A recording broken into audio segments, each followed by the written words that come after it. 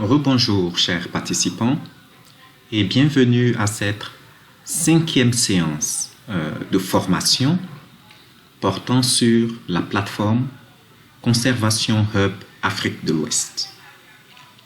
Au cours de cette séance, nous allons ensemble parcourir ce module dont vous avez tant entendu parler dès les premiers échanges.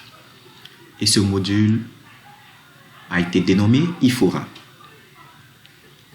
Avant d'entrer dans le vif du sujet, il faut tout d'abord savoir que IFORA est la dénomination que nous avons donnée à ce module qui permet en gros de maintenir le contact entre les différents acteurs de la conservation via un forum électronique.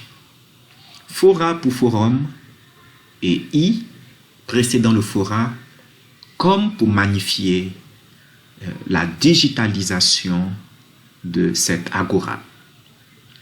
Sans plus tarder, je m'en vais maintenant vous présenter les différentes fonctionnalités de ce module. Veuillez garder en tête que nous suivons une logique depuis le début de cette session de formation et que cette logique a voulu que nous créions initialement un compte utilisateur, que nous nous connections grâce à ce compte utilisateur qui, par effet domino, nous donnera accès aux fonctionnalités de la plateforme Conservation Hub Afrique de l'Ouest. Bien, donc comme cela a été dit tantôt, pour accéder à toutes ou une partie des différentes fonctionnalités évoquées depuis le début de cette séance de formation, il n'y a qu'une seule adresse, www.conservationhub-wa.net. Et il vous sera présenté cette interface. Bien entendu, comme prérequis, veuillez vous référer à la vidéo numéro 2 pour créer votre compte et vous connecter à votre compte. Une fois que vous le faites, si vous souhaitez accéder au IFORA, sujet de notre vidéo d'aujourd'hui, vous n'avez qu'à cliquer sur le menu IFORA présent en clair dans le menu principal de la plateforme Conservation Hub Afrique de l'Ouest. Et lorsque je clique sur IFORA, il m'est alors présenté cette interface. Comme je vous l'avais dit en préliminaire, IFORA n'est rien d'autre qu'un forum virtuel qui permet de créer, de maintenir le débat autour de la conservation. Et une fois que vous cliquez sur IFORA et que cette interface vous est présentée, vous avez trois principales parties. Vous avez tout d'abord ce sous-menu, donc le menu du module, on va y revenir plus en détail. Vous avez cette partie principale qui est composée des différentes catégories et des dernières questions qui ont été posées au sein de ces catégories.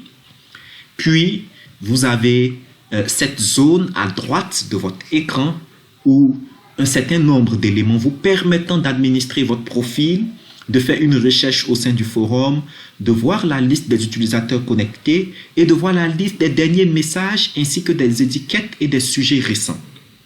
Tout ça en un seul endroit. Le cours de cette vidéo va se présenter comme suit. Je vais tout d'abord très rapidement parcourir avec vous les différentes entités composant le sous-menu du module IFORA. Puis, ensemble, nous allons procéder à deux principales actions. Tout d'abord, nous allons éventuellement répondre à une question ou répondre à un sujet posé sur le forum. Et enfin, nous allons nous-mêmes initier une nouvelle discussion en faisant quoi? Tout simplement en posant une question. sur le forum. Donc, nous allons tout d'abord, je me répète, répondre à une question qui a été précédemment posée, puis poser nous-mêmes une question. Voilà. Donc, ces deux éléments nous permettront, en gros, de couvrir les principaux modules composant la page IFORA. Et pour terminer, qu'est-ce que nous ferons? Nous allons ensemble voir quelques options qui sont offertes aux différents utilisateurs, options qui leur permettent de configurer un peu plus en détail la manière dont le système réagira en fonction qu'il soit inscrit ou non à des catégories, à des sujets précis et qu'il ait été ajouté de nouvelles réponses à des questions sur lesquelles ils auraient interagi, tant en tant qu'initiateur qu'en tant que participant. Je démarre donc mes propos par un tour du sous-menu composant la page IFORA. Donc ce sous-menu est composé des différentes entités suivantes: forum, membres, sujets récents, mon profil qui compte en son sein trois sous-menus, compte, activité, abonnement, puis le menu déconnexion. Je vous rappelle que lorsque vous voulez vous déconnecter, si vous cliquez ici, vous serez déconnecté de tous les services offerts par Conservation Hub Afrique de l'Ouest. Vous pouvez le faire en cliquant sur ce lien-là, déconnexion, ou en cliquant sur cette icône déconnexion, icône qui se répète sur toute l'étendue du site. Commençons par forum. Lorsque vous cliquez sur forum, eh bien, il vous sera présenté cette page-là qui reprend en gros les différentes catégories au sein desquelles des questions peuvent être posées et le débat peut être initié. Ces catégories peuvent contenir des questions et chaque question ou chaque sujet peut contenir une ou plusieurs réponses. Et l'on donne aussi à l'utilisateur la possibilité de voter pour une réponse ou éventuellement de signaler une réponse qui enfreindrait à un moment ou à un autre les règles de bienséance ou les règles qui auront été établies par Conservation Hub Afrique de l'Ouest afin de maintenir un espace de discussion sain pour tous. Commençons dès lors par une petite revue des différentes catégories présentes au niveau de la page forum. Donc nous avons rejoigné le Hub Conservation dès maintenant et cette partie-là permet un peu aux différents parties prenantes, aux différents acteurs de pouvoir discuter autour de problématiques concernant directement la plateforme Hub Conservation, notamment sur des suggestions portant à l'amélioration des fonctionnalités du service offert par cette plateforme-là. Ensuite, nous avons le deuxième point, la biodiversité pour l'agenda 2063 et les ODD 2030. Donc, nous savons très bien que les objectifs de développement durable 2030, objectifs qui ont été promus initialement par le système des Nations Unies et qui ont été par la suite adoptés massivement par l'ensemble, par la plupart des États membres, notamment des États membres en Afrique, sont des objectifs qui couvrent de façon assez importante des questions clés liées à la biodiversité. À cela, il ne faut pas ajouter l'agenda régional, qui est l'agenda 2063, promu et développé, promu et accepté par les différents États membres de l'Union africaine. Et la biodiversité est quelque chose qui est notamment ancré à l'intérieur de cet agenda-là. Comment est-ce qu'on peut en tirer profit, tant au niveau de l'agenda 2063 que des objectifs de développement durable 2030? Cette catégorie-là vous permet d'ouvrir le débat et de participer au débat autour de ces problématiques-là. Puis nous avons une catégorie qui discute de la mise en œuvre de la gouvernance de la biodiversité. au sein de cette catégorie-là, des questions liées à la gouvernance de la biodiversité, tant au niveau de la conception, de la mise en œuvre, de l'évaluation, du suivi et de la réplication au niveau, je dirais, d'écosystèmes culturels, sociaux, naturels, similaires.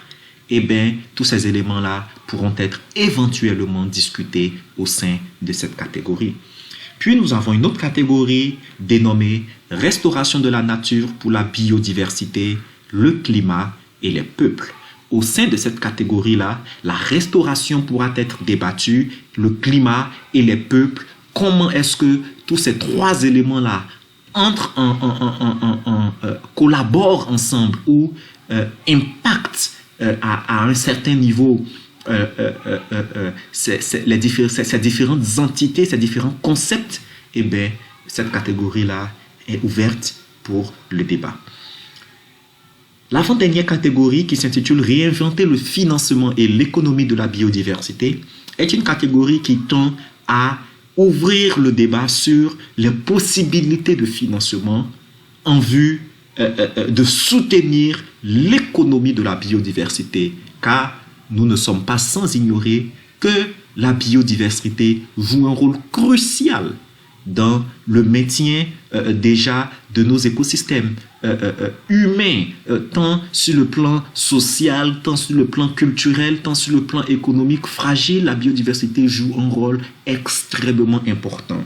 Et cela est d'autant plus vrai qu'aujourd'hui, nous voyons un peu tous les problèmes qui peuvent naître lorsque la biodiversité n'est pas correctement prise en compte et lorsque, au mépris au mépris de la cohésion naturelle, au mépris de la conservation de la biodiversité, des actions sont entreprises et que l'effet boomerang vienne nous rappeler que nous sommes tous interconnectés d'une certaine façon et que le maintien de cette biodiversité-là doit être une partie intégrante de l'économie, doit être quelque chose qui est implémenté, qui est suivi, qui est maîtrisé, qui est programmé, quelque chose qui est budgétisé afin de pouvoir adresser de façon efficace les diverses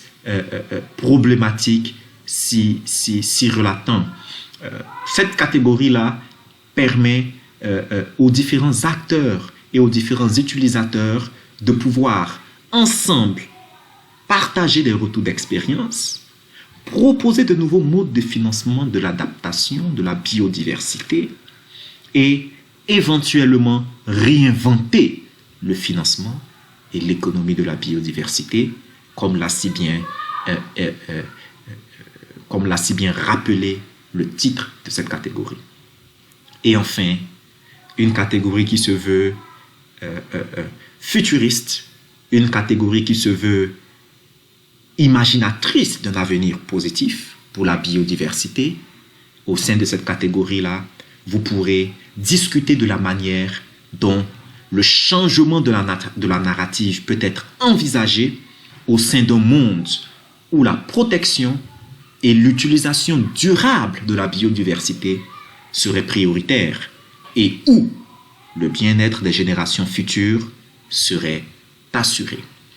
Voilà ici, de façon succincte, les différentes catégories principales composant le forum. Puis, lorsque nous évoluons dans le menu, nous voyons ensuite le sous-menu membres de la page IFORA. Et au sein de ce sous-menu-là, vous aurez très facilement la liste de tous les membres inscrits sur le forum et vous pourrez éventuellement, en cliquant sur le nom de chaque membre, pouvoir avoir accès aux posts, aux réponses apportées par ce membre-là sur la catégorie IFORA. Donc, pour le moment, c'est juste un petit test qui est fait. Et c'est sur cette base-là que nous faisons cette formation. Nous avons que pour le moment, je dirais à peu près 6 utilisateurs enregistrés. Mais gardez en tête que cette vidéo ne se base pas sur des données réelles. Cette vidéo se base sur des données de test afin de vous montrer un peu comment les interactions au sein de la plateforme se réalisent. Puis, le troisième point est le point sujet récent. Et ici, lorsque vous cliquez sur sujet récent, qu'est-ce que nous voyons? Nous devons voir ici la liste des derniers sujets qui ont été ajoutés au sein de la catégorie IFORA. OK? Et au sein de la page IFORA, dans l'une des 6 catégories dont je vous ai fait part tout à l'heure. Et là, nous voyons qu'il n'y a pas de sujet récent pour le moment. OK? Et nous pouvons éventuellement trier par post récent, message non lu, sujet non répondu, sujet résolu, sujet fermé, etc. Puis, ensuite, nous avons la catégorie Mon profil. Et mon profil, comme son nom l'indique, vous permet d'administrer un peu votre compte, d'avoir une vue d'ensemble sur votre activité, sur le forum virtuel et de pouvoir gérer vos différents abonnements. Nous allons très rapidement parcourir ces différentes options. Donc, lorsque vous cliquez sur Compte, vous avez la possibilité déjà d'avoir un aperçu de votre image. Je n'en ai pas mise pour le moment. Voilà pourquoi j'ai cette image par défaut. Vous avez votre nom, vous avez le groupe. Donc, par défaut, tout utilisateur est enregistré lorsqu'il est connecté. Vous avez la date de l'inscription et vous avez la mention Nouveau membre. Ensuite, en bas, vous avez le nom affiché que vous pourrez éditer si vous le souhaitez. Vous avez le pseudo qui est le nom d'utilisateur. Vous avez votre email qui s'affiche là. Donc, c'est l'email que vous avez renseigné lorsque vous faisiez l'inscription au niveau de la plateforme. Vous avez le titre. OK, donc là, c'est membre et vous pouvez éventuellement l'éditer si vous le souhaitez. Vous avez l'avatar. Donc, l'avatar, on peut utiliser l'avatar par défaut. L'avatar par défaut, c'est ce qui est automatiquement inséré par le système lorsque nous créons un compte. Et si nous le souhaitons, on peut maintenant parcourir et sélectionner une image en cliquant sur ce bouton-là qui va remplacer automatiquement notre image de profil ici. Ensuite, vous avez une zone pour dire quelques mots sur votre personne, si vous le souhaitez. Là, vous pouvez éventuellement faire une mise en forme de base, donc mettre certains textes ou certains mots en gras, en italique, et ajouter certains liens, ou éventuellement supprimer des liens sur du texte que vous auriez précédemment ajouté, que vous voulez modifier. Puis, vous avez l'option de renseigner le site web, votre site web. Donc, ça peut être le site web de votre association, de votre organisation, de l'organisation à laquelle vous appartenez, de votre université. Donc, tout site web qui est relatif à vous, à vos activités, vous pouvez le renseigner ici afin de faciliter la consultation de ce dernier par des utilisateurs qui éventuellement auraient cliqué sur votre nom de profil pour en savoir un peu plus sur vous. Ici, au sein de travail, vous pouvez notifier le poste ou la direction dans laquelle vous travaillez et là, vous pourrez insérer votre signature. En bas, vous avez l'option de renseigner vos différents identifiants réseaux sociaux et vous pouvez éventuellement choisir votre pays, le fuseau horaire que vous souhaitez, sur lequel vous souhaitez être calé et si vous le souhaitez, changer votre mot de passe en insérant d'abord l'ancien mot de passe, puis en insérant 2 fois le nouveau mot de passe pour confirmer vraiment que vous souhaitez effectuer ce changement. Et lorsque vous terminez, vous pouvez juste cliquer sur sauvegarder les changements et cette sauvegarde-là sera automatiquement appliquée. On revient au niveau de l'option Mon profil. Après avoir parcouru ensemble la page Compte, nous allons maintenant parcourir la page Activité. Cliquons sur Activité. Et lorsqu'on clique sur Activité, vous vous rappelez, ce profil est tout nouveau. Donc, normalement, je n'ai encore aucune activité. Okay? Donc, aucune activité trouvée pour ce membre. On pourra éventuellement y revenir lorsqu'on aura répondu à un sujet et lorsqu'on aura posté une nouvelle question sur le forum. Et enfin, nous avons les abonnements. Qu'est-ce que c'est que les abonnements? Les abonnements, c'est cette option-là qui vous permet, lorsque vous postez une question, de signifier au système que, OK, pour ce sujet ou pour cette catégorie où j'ai posté une question, J'aimerais être informé, éventuellement suivant une périodicité bien définie. J'aimerais être informé s'il y a une interaction sur ce sujet. C'est-à-dire si un autre utilisateur venait à répondre à ce poste, j'aimerais en être informé. Et la liste de ces différents abonnements va automatiquement être ajoutée ici. Bien. Et enfin, vous avez le bouton déconnexion que nous n'allons pas voir tout le moment. Retournons ensemble au niveau de la page Ifora. Maintenant que nous sommes à Ifora et que nous avons fini ensemble de parcourir les options du menu offertes par le sous-menu de la page Ifora, nous allons maintenant évoluer vers le cœur même de l'action lorsqu'un utilisateur se rend sur cette page-là. Et ce cœur de l'action, c'est quoi?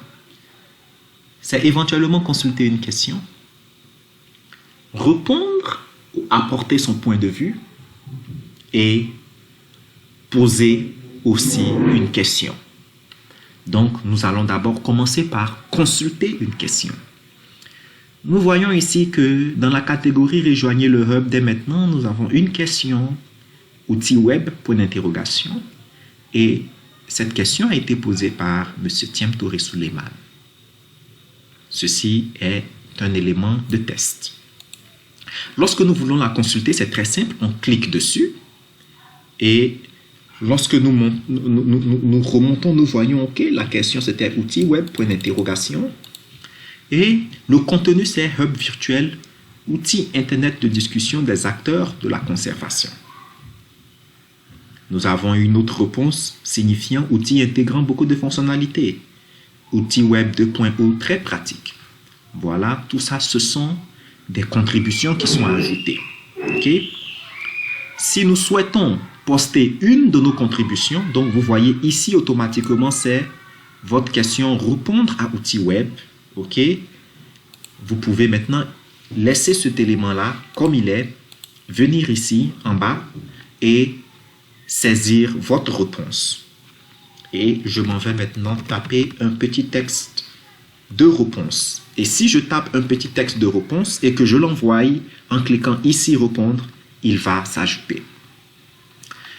Retournons maintenant au niveau de la page Ifora. Ce que nous venons de faire, nous venons tout de suite de consulter une question. Ok?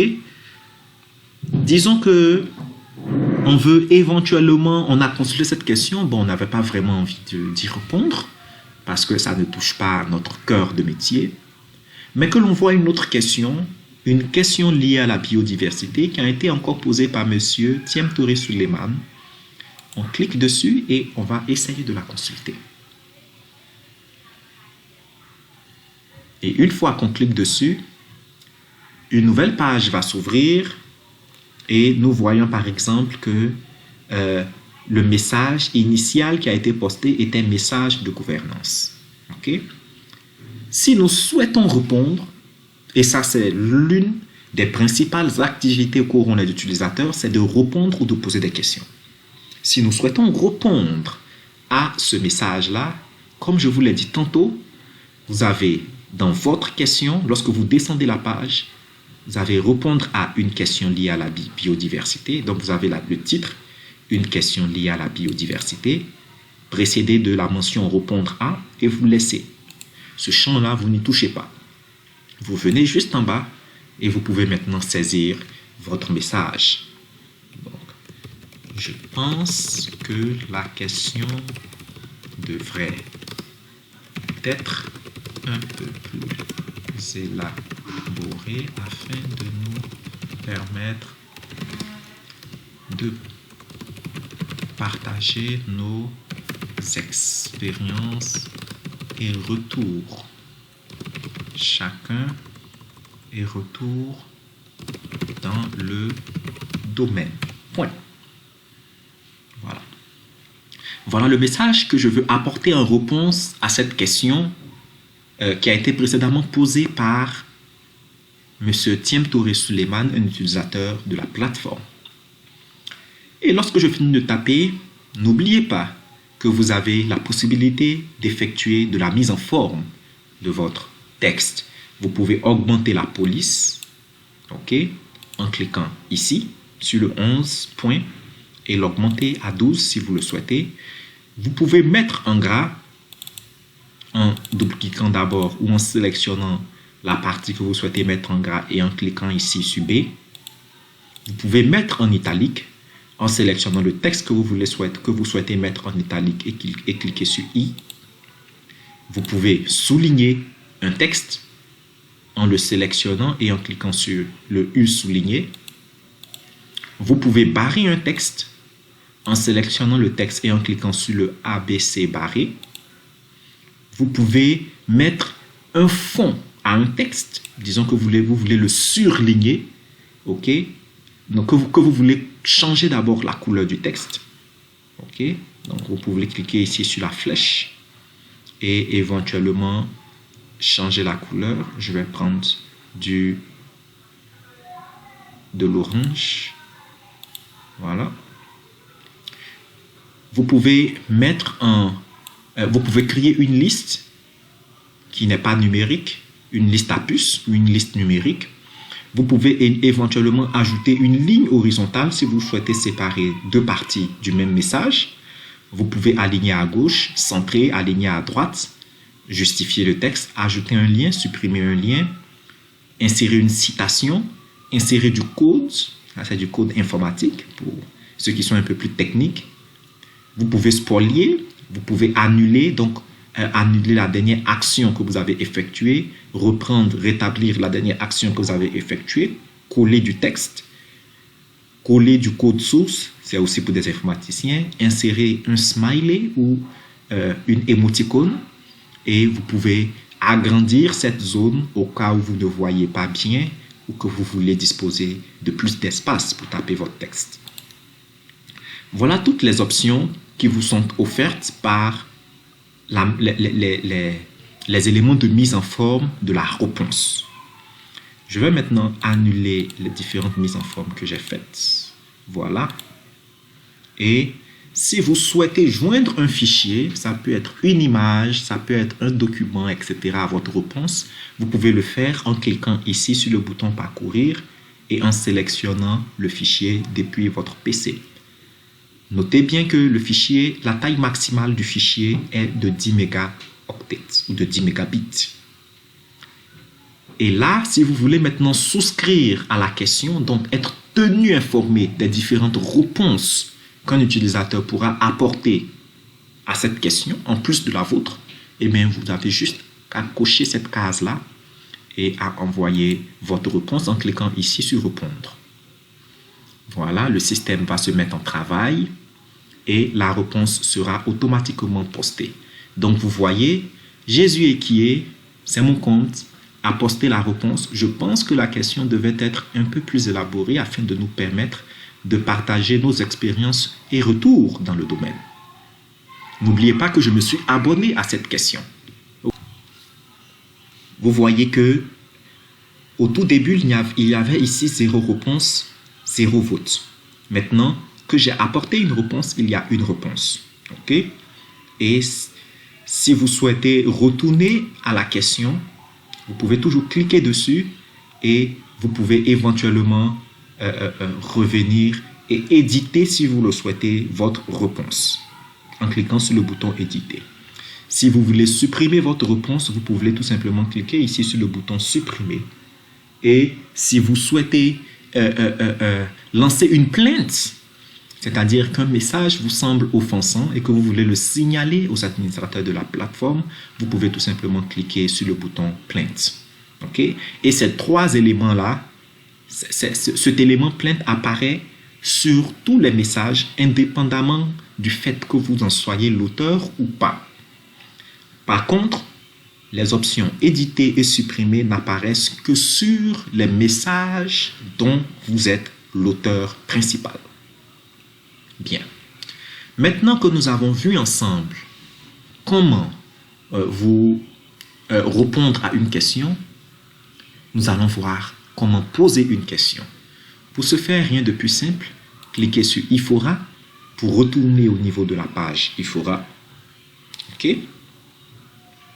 Et à ce niveau-là, localisez la catégorie qui vous intéresse. La catégorie qui m'intéresse, c'est rejoignez le hub conservation dès maintenant. Je peux cliquer dessus. Et lorsque je clique sur la catégorie qui m'intéresse, vous voyez que cette option va apparaître poser une question. Tout simplement, je clique sur l'option poser une question et cette partie-là va être déroulée. Votre question, il faut que j'entre un titre, il faut que j'entre le corps du message. Si je veux ajouter des étiquettes, si je veux souscrire à la question, eh bien, je renseigne tout ça ici et je lance poser une question. Disons que ma question porte sur les vidéos de formation. Vidéos de formation utilisateur. Et le corps du message est libellé comme suit. Pourrais-je disposer du lien, du ou des liens vers, je dirais des liens vers les vidéos de formation sur l'usage, sur l'utilisation de la plateforme Conservation Hub Afrique de l'Ouest pour mieux me former lorsque je dispose de temps libre. Bien. Voilà ma question. Voilà le corps de mon message. Et éventuellement, je peux souscrire à la question et je peux poser ma question ici. Et ma question maintenant sera postée sur la plateforme. Et une fois que ma question est postée sur la plateforme, je peux retourner au niveau de la catégorie Ifora et vous verrez que ma question est mise en gras. Pourquoi la question est mise en gras?